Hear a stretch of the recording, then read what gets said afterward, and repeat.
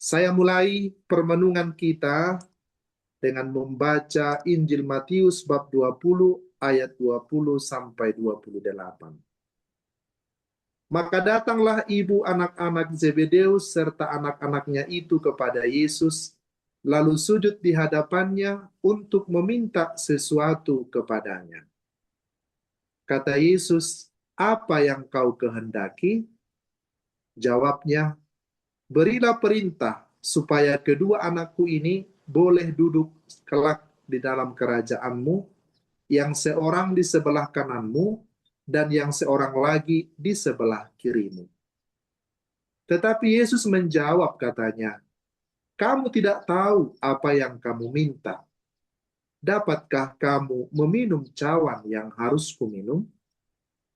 Kata mereka kepadanya, "Kami dapat."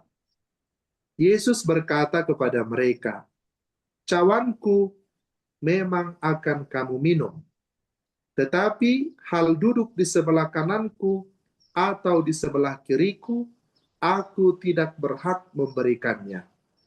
Itu akan diberikan kepada orang-orang bagi siapa Bapakku telah menyediakannya."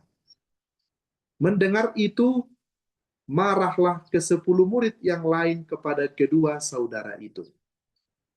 Tetapi Yesus memanggil mereka lalu berkata, "Kamu tahu bahwa pemerintah-pemerintah bangsa-bangsa memerintah rakyatnya dengan tangan besi, dan pembesar-pembesar menjalankan kuasanya dengan keras atas mereka.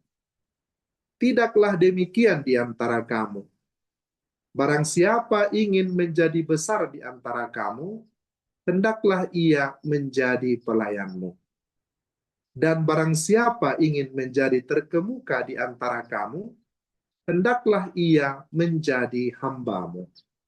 Sama seperti Anak Manusia, datang bukan untuk dilayani, melainkan untuk melayani, dan untuk memberikan nyawanya menjadi tebusan bagi banyak orang." Saudara-saudariku yang terkasih, judul permenungan kita pada sore hari ini adalah "Jangan seorang pun menganggap jabatan pimpinan sebagai milik." Judul ini langsung merupakan judul besar dari petuah-petuah Santo Fransiskus pasal yang keempat. Bunyi lengkapnya seperti ini: "Aku datang bukan untuk dilayani, melainkan untuk melayani," firman Tuhan. Mereka yang ditetapkan sebagai atasan bagi yang lain tidak boleh lebih berbangga atas tugas pimpinan itu daripada kalau mereka diberi tugas membasuh kaki saudara-saudara. Semakin mereka lebih gelisah karena kehilangan tugas pimpinan daripada karena kehilangan tugas mencuci kaki, semakin mereka mengumpulkan bagi dirinya kekayaan yang membahayakan jiwa. Mengumpulkan bagi dirinya kekayaan secara harafiah mau mengatakan kepada kita membuat pundi-pundi bagi diri kita sendiri. Dan bila kita menganggap tugas pemimpin atau tugas memimpin sebagai milik, Fransiskus melihat itu sebagai sikap menimbun kekayaan bagi diri kita sendiri. Dan hal itu berlawanan dengan kemiskinan yang sejati yang dicita-citakan dan diinginkan oleh Fransiskus dari Assisi, yakni jalan kerendahan hati. Kata pundi-pundi dalam tanda petik itu menjadi mengacu kepada sikap Yudas yang disebut sebagai pencuri dan pengkhianat. Maka yang pertama, spiritualitas Fransiskus itu adalah melepaskan apa yang menjadi pride bagi manusia pada umumnya. Manusia pada umumnya ingin berkuasa, ingin menguasai orang lain, entah dengan salah satu cara, entah dengan berbagai cara, keinginan, kecenderungan manusia adalah ingin memiliki kuasa. Maka Fransiskus mengingatkan kita tentang sabda Tuhan yang kita dengarkan dalam Injil yang saya baca tadi. Anak manusia itu datang untuk melayani, bukan untuk dilayani. Kita melihat konteks dari Injil Matius yang saya baca tadi adalah ibu anak-anak Zebedeus serta anak-anaknya itu datang pada Yesus, sujud di hadapannya untuk meminta sesuatu kepada Yesus. Dan Yesus mengatakan, bertanya kepada mereka, apa yang kau kehendaki? Dan ibu anak-anak Zebedeus berkata, berilah perintah supaya kedua anakku ini boleh duduk kelak di dalam kerajaanmu, yang seorang di sebelah kananmu dan yang seorang lagi di sebelah kirimu. Lalu Yesus menjawab mereka, kamu tidak tahu apa yang kamu minta. Dapatkah kamu minum cawan yang harus kuminum? Mereka menjawab, kami dapat. Memang kamu akan minum cawan yang kuminum, tapi duduk di sebelah kananku atau di sebelah kiriku, aku tidak berhak memberikannya. Itu hanya diberikan oleh Bapakku kepada mereka yang telah, Bapakku yang telah menyediakannya bagi mereka yang telah dipersiapkan untuk itu. Kita melihat tadi reaksi para murid yang lain, marah. Ke-10 murid yang lain, marah kepada kedua murid tadi, anak-anak Zebedeus itu. 10 murid itu boleh kita katakan misalnya salah satu namanya Santo Petrus. Mengapa Petrus begitu marah? Karena Petrus adalah ketua dari para rasul. Dialah ketua, maka tidak boleh ada orang yang lebih utama dari dia. Mana mungkin yang dua ini meminta privilege khusus, satu di sebelah kiri, satu di sebelah kanan, saya ketua di sini, saya ketua kelompok di sini.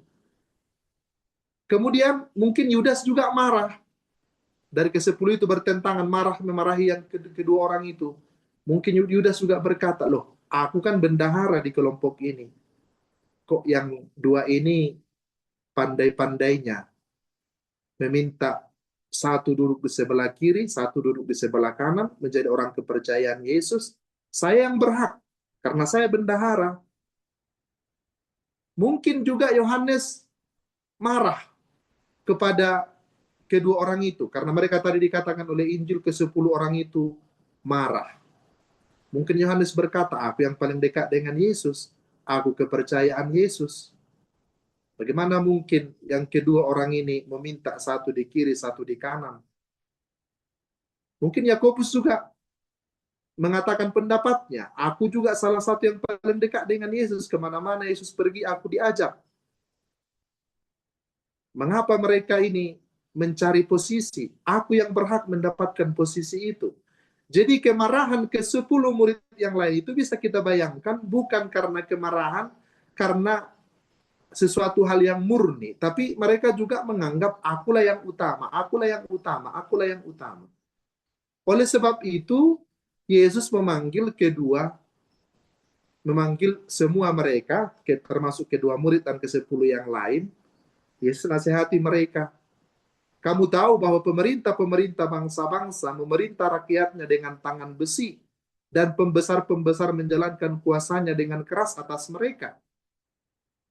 Tidak demikian di antara kamu. Barang siapa ingin menjadi besar di antara kamu, hendaklah ia menjadi pelayanmu. Dan barang siapa ingin menjadi terkemuka di antara kamu, hendaklah ia menjadi hambamu.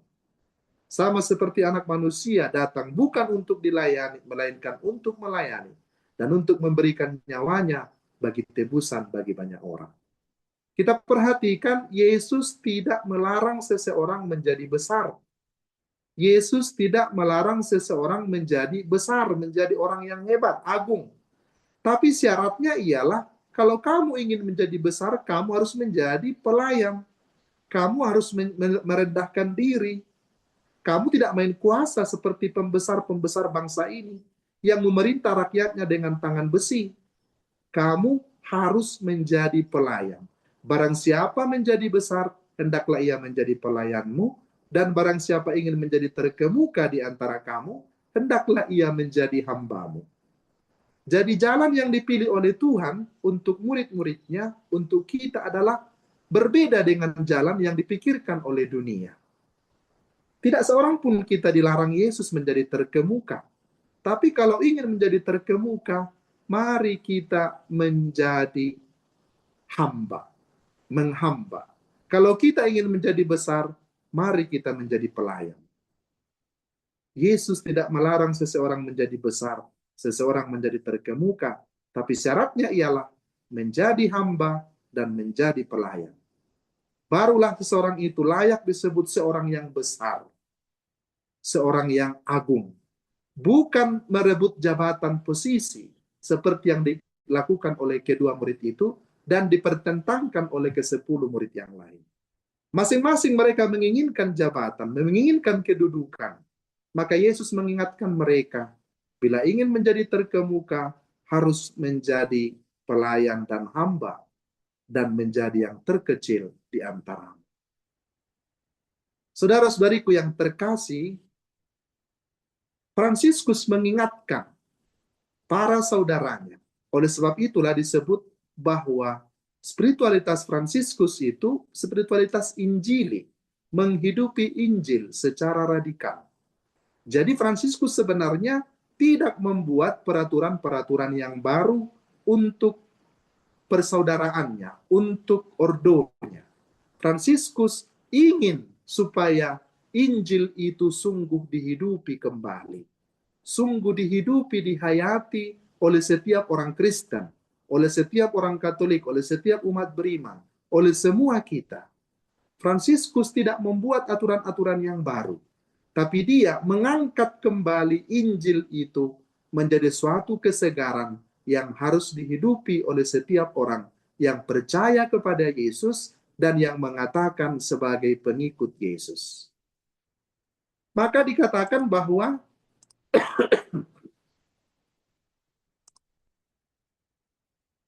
spiritualitas Fransiskus sungguh-sungguh spiritualitas Injili. Maka Fransiskus mengatakan, anggaran dasar saudara Dina adalah menepati Injil suci Tuhan kita, Yesus Kristus.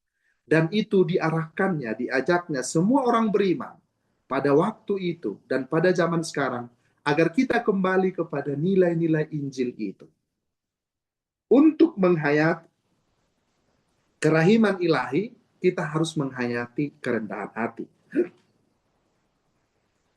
Santo Bonaventura yang kita pestakan, peringati setiap tanggal 15 Juli, Santo Bonaventura mengatakan bahwa barang siapa ingin mencapai puncak ini, yakni puncak kesempurnaan Kristiani, ingin mencapai itu, harus melepaskan bukan hanya kebijaksanaan duniawi, melainkan juga kepandaian literatur, yakni ilmu pengetahuan manusia.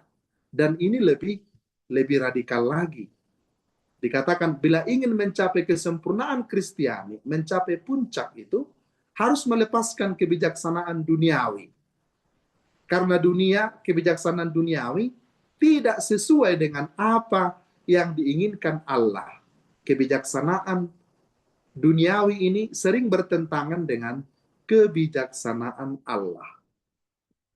Maka dengan kemampuan melepaskan kepemilikan tersebut, kita masuk ke dalam kuasa Tuhan dan mempersembahkan hidup kita telanjang dalam arti murni, suci, transparan di hadapan Allah dan ke dalam pelukan Kristus yang disalibkan. Maka Bonaventura mengingatkan kita, barang siapa ingin mencapai puncak kesempurnaan Kristiani, harus melepaskan bukan hanya kebijaksanaan duniawi, melainkan juga kepandaian literatur, ilmu pengetahuan manusia. Dengan melepaskan kepemilikan tersebut, ia masuk ke dalam kuasa Tuhan dan mempersembahkan dirinya dengan telanjang ke dalam pelukan Kristus yang disalibkan. Pesan ini merangkum spiritualitas Fransiskan tentang kerendahan hati yang mutlak, dan pengekangan nafsu duniawi, supaya kita dapat bersatu sepenuhnya dengan penderitaan Kristus. Memang nampaknya kebodohan, dan memang Paulus juga mengatakan, bagi dunia ini suatu kebodohan, tetapi bagi Allah itu adalah hikmat Allah. Sama seperti salib, itu adalah kebodohan bagi manusia. Tetapi Yesus memilih salib itu sebagai hikmat. Bagi orang-orang yang berakal budi, bagi orang-orang Yunani, kata Santo Paulus, salib itu suatu kebodohan. Dan bagi orang-orang Yahudi, salib itu sebagai batu sandungan. Tetapi Yesus telah memilih jalan salib itu sebagai puncak kerendahan hati. Maka semua orang Kristen yang mengikuti jalan Kristus yang tersalib, untuk memiliki kerendahan hati, maka dia harus mengekang nafsu duniawinya. Nafsu ingin menguasai orang lain, ingin menjadi pemimpin. Pemimpin dalam arti menguasai orang lain. Dengan cara itulah kita bisa bersatu sepenuhnya dengan penderitaan Kristus. Menguasai, memimpin bisa menjadi cara orang untuk menguasai dan memanipulasi. Oleh sebab itu, Yesus memilih jalan salib. Maka Fransiskus meminta kepada para saudaranya untuk memilih jalan kerendahan hati. Maka dia mengatakan, mereka yang ditetapkan sebagai atasan bagi yang lain, kalau terpilih sebagai atasan dan sebagai pimpinan, tidak boleh lebih berbangga atas tugas pimpinan itu daripada kalau mereka diberi tugas membasuh kaki saudara-saudara. Artinya apa? Dalam suatu kelompok, dalam suatu ordo, dalam suatu kelompok religius atau gereja atau suatu tarekat, tidak mungkin tidak ada pemimpin. Jadi tetap harus ada pemimpin untuk mengorganisir, untuk mengkoordinir, untuk membuat perjalanan spiritual dan perjalanan organisatoris kelompok itu dapat maju. Harus ada pemimpin. Tetapi Fransiskus mengingatkan, bila kita gelisah karena kehilangan tugas pimpinan, daripada kehilangan tugas mencuci kaki, maka kita sebenarnya mengumpulkan bagi diri kita sendiri kekayaan yang membahayakan jiwa kita. Seperti yang dilakukan oleh Yudas. Yudas mengumpulkan pundi-pundi, yakni uang untuk dirinya sendiri. Sementara orang yang menganggap tugas-tugas pimpinan itu, mengatur orang lain itu sebagai tugas yang harus dipertahankan, dan dia sedih apabila tugas itu diambil daripadanya, dan diserahkan tugas melayani, mencuci kaki, dan dia lebih sedih daripada itu, maka Fransiskus mengatakan orang seperti itu adalah pengkhianat, seperti Yudas. Maka saudara-saudariku yang terkasih, apapun tugas kita, entah di rumah tangga, entah di kantor, entah dimanapun jabatan kita, jangan sempat kita menjadi tergantung, terkekang dengan tugas-tugas itu. Pimpinan itu dalam tanda petik untuk menguasai orang lain. Dan kita menjadi sedih apabila dilepaskan dari tugas itu. Karena kita lebih memilih tugas yang dapat dalam tanda petik bisa memanipulasi orang lain daripada kita membasuh kaki saudara-saudara kita. Dan ini diingatkan oleh Santo Fransiskus kepada saudara-saudaranya dan pendengarnya pada saat itu. Kita tidak boleh gelisah apabila tugas pimpinan dipercayakan kepada kita itu diambil. Kita harus bersuka cita, bahkan harus lebih berbangga kalau tugas kita itu membasuh kaki pelayan yang rendah. Dan itu adalah orang Kristen yang sejati. Di dalam dirinya ada Kristus yang sungguh-sungguh hidup. Dan Santo Fransiskus menunjukkan itu dalam cara hidupnya. Dia tidak ingin menguasai orang lain. Tidak ingin menjadi pemimpin seperti dunia ini memimpin. Sebab dengan cara itu kita mengumpulkan kesombongan dalam diri kita sendiri. Maka jalan Kristen itu, jalan salib yang telah dipilih oleh Yesus dan dipraktekkan oleh Fransiskus Asisi sendiri ialah jalan kerendahan hati. Memilih yang rendah hati, memilih jalan yang rendah hati. Dengan itulah kita sungguh-sungguh menghayati kehidupan spiritualitas Yesus Kristus sendiri. Dan Fransiskus Asisi menghidupkan kembali kesegaran Injil itu agar dihidupi oleh setiap orang. Agar menghayati bahwa Yesus Kristus itu datang bukan untuk dilayani, melainkan untuk melayani. Santa Faustina dalam catatan hariannya di nomor 424, dia berkata, keagungan sejati ada dalam kasih Allah, ada dalam kasih akan Allah, dan dalam kerendahan hati. Itu dicatat di nomor 424. Dan itu adalah perkataan Yesus sendiri di kalimat terakhir di nomor 424. Yesus sendiri yang berkata kepada Santa Faustina, keagungan sejati ada dalam kasih akan Allah dan dalam kerendahan hati. Kerendahan hati, di dalam kerendahan hati itu ada keagungan sejati. Kemudian di nomor 1563, Yesus berkata kepada Santa Faustina, dengan kerendahan hatimu, engkau selalu menyenangkan hatiku. Santa Faustina menunjukkan kerendahan hati itu, dan itu yang menyenangkan hati Tuhan. Barang siapa rendah hati, hal itu menyenangkan hati Tuhan. Tuhan tidak senang kepada orang-orang yang sombong, kepada orang-orang yang congkak. Tuhan senang dengan orang yang rendah hati. Dan hal itu adalah perjuangan bagi kita untuk menjadi pengikut Yesus yang sejati, untuk mengasah kerendahan hati ini, berjalan dalam kerendahan hati ini. Tidak mudah. Tidak mudah. Santa Faustina pun pernah berkata, betapa sulitnya menemukan kerendahan hati. Faustina juga mengatakan, aku hanya melihat yang mirip dengan itu, tetapi aku belum sungguh-sungguh pernah bertemu dengan kerendahan hati.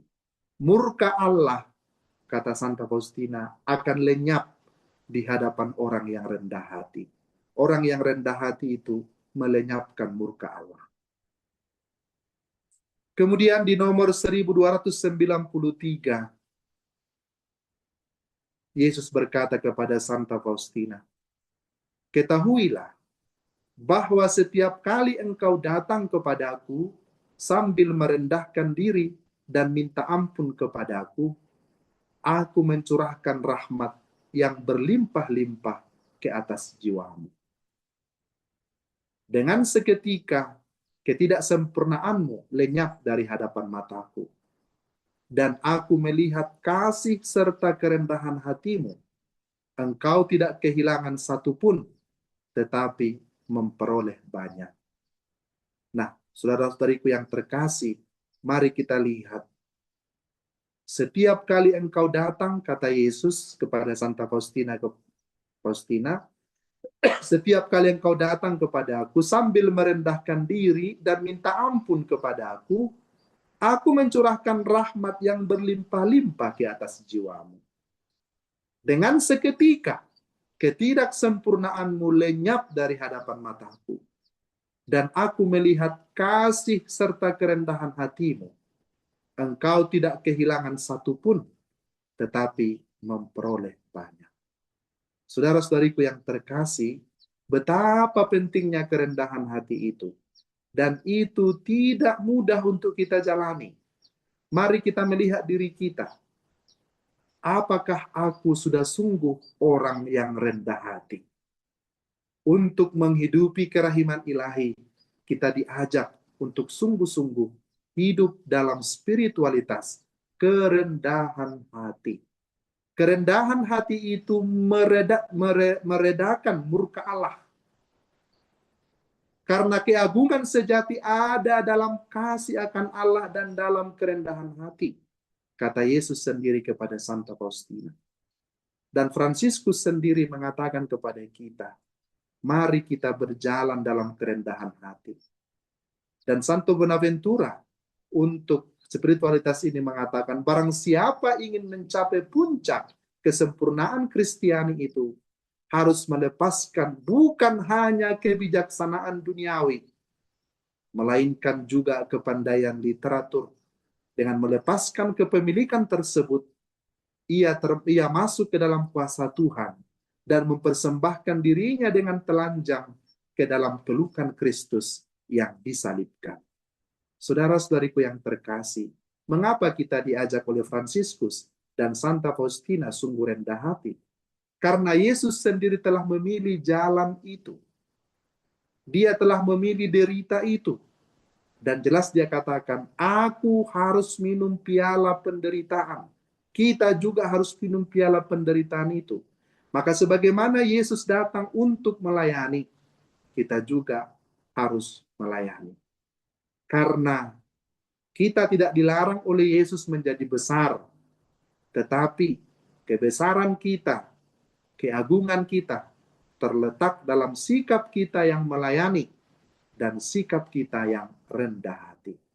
Sekali lagi, saudara-saudariku para devosan yang terkasih, hal ini bukan sesuatu yang mudah untuk kita, tetapi bukan berarti mustahil. Tuhan tahu orang yang rendah hati itu yang menyesal segala kelemahannya. Yang mendengarkan permenungan sore hari ini mungkin bertanya dalam hatinya, ya Tuhan, aku mungkin belum termasuk orang yang rendah hati. Aku masih sering marah, masih sering menyimpan amarah, dendam, kepahitan-kepahitan dalam hatiku. Tuhan, ajarkanlah aku kerendahan hati. Dengan cara itu pun kita datang kepada Tuhan, mengakui kelemahan kita, kita telah menyenangkan hati Tuhan. Kita telah belajar untuk rendah hati, yang mengakui kelemahan-kelemahan kita, dan melihat potensi-potensi yang Tuhan berikan ke dalam hidup kita. Sebab kerendahan hati bukan berarti tidak bisa berbuat apa-apa, tetapi dengan kerendahan hati, kita mau melatih diri kita untuk semakin objektif melihat diri kita dan melihat terang Tuhan yang ada dalam diri kita dan memilih jalan pelayanan dan penderitaan daripada memilih cara seperti dunia ini melakukannya. Semoga doa-doa Santo Fransiskus dari Assisi secara khusus pada tahun jubileum ini menyemangati kita, menguatkan kita kembali. Dan semoga dengan teladan Santa Faustina, kita juga memilih kerendahan hati itu sebagai jalan kita untuk semakin dekat dengan Kristus yang telah menyerahkan seluruh kehidupannya bagi kita. Amin. Marilah kita berdoa. Dalam nama Bapa, Putra, dan Roh Kudus. Amin. Amin. Allah yang Maha Belas Kasih, dalam diri Yesus Kristus, Engkau telah menunjukkan kepada kami satu jalan menuju kesempurnaan, yakni kerendahan hati, mampu melepaskan segala milik yang membelenggu kami, agar kami hanya memiliki Engkau sebagai harta kami yang satu-satunya. Bantulah kami ya Tuhan dalam menjalani kehidupan ini, agar kami terus selalu bergantung kepada kebaikan dan kemurahan-Mu. Kami ini orang yang lemah, sering lupa akan jalan yang telah ditunjukkan oleh Putra-Mu Yesus Kristus. Bantulah kami untuk berjalan di jalan kerendahan hati ini, agar kami semakin merasakan kebahagiaan di dunia, karena kami berani melepaskan dunia dan cara berpikir dunia. Dan dengan itu kami kelak dapat mencapai kesempurnaan hidup di dalam diri Yesus Kristus yang telah menebus dan menyelamatkan kami. Berkatilah kami semua yang hadir pada sore hari ini. Salam Maria, penuh rahmat Tuhan sertamu, terpujilah engkau di antara wanita, dan terpujilah buah tubuhmu, Yesus. Santa Maria, Bunda Allah, doakanlah kami yang berdosa ini, sekarang dan waktu kami mati. Amin. Semua doa ini ya Tuhan kami sampaikan bersama Bunda Maria, dengan pengantaraan Kristus Tuhan kami. Amin. Santo Amin. Fransiskus dari Asisi, doakanlah Doakanlah kami. kami. Santa Faustina, Doakanlah kami. Santo Yohanes Paulus II, doakan. Doakanlah kami. Tuhan sertamu. Dan beserta rohmu. Allah yang Maha Kuasa memberkati saudara-saudari sekalian, Bapa dan Putra dan Roh Kudus. Amin. Amin.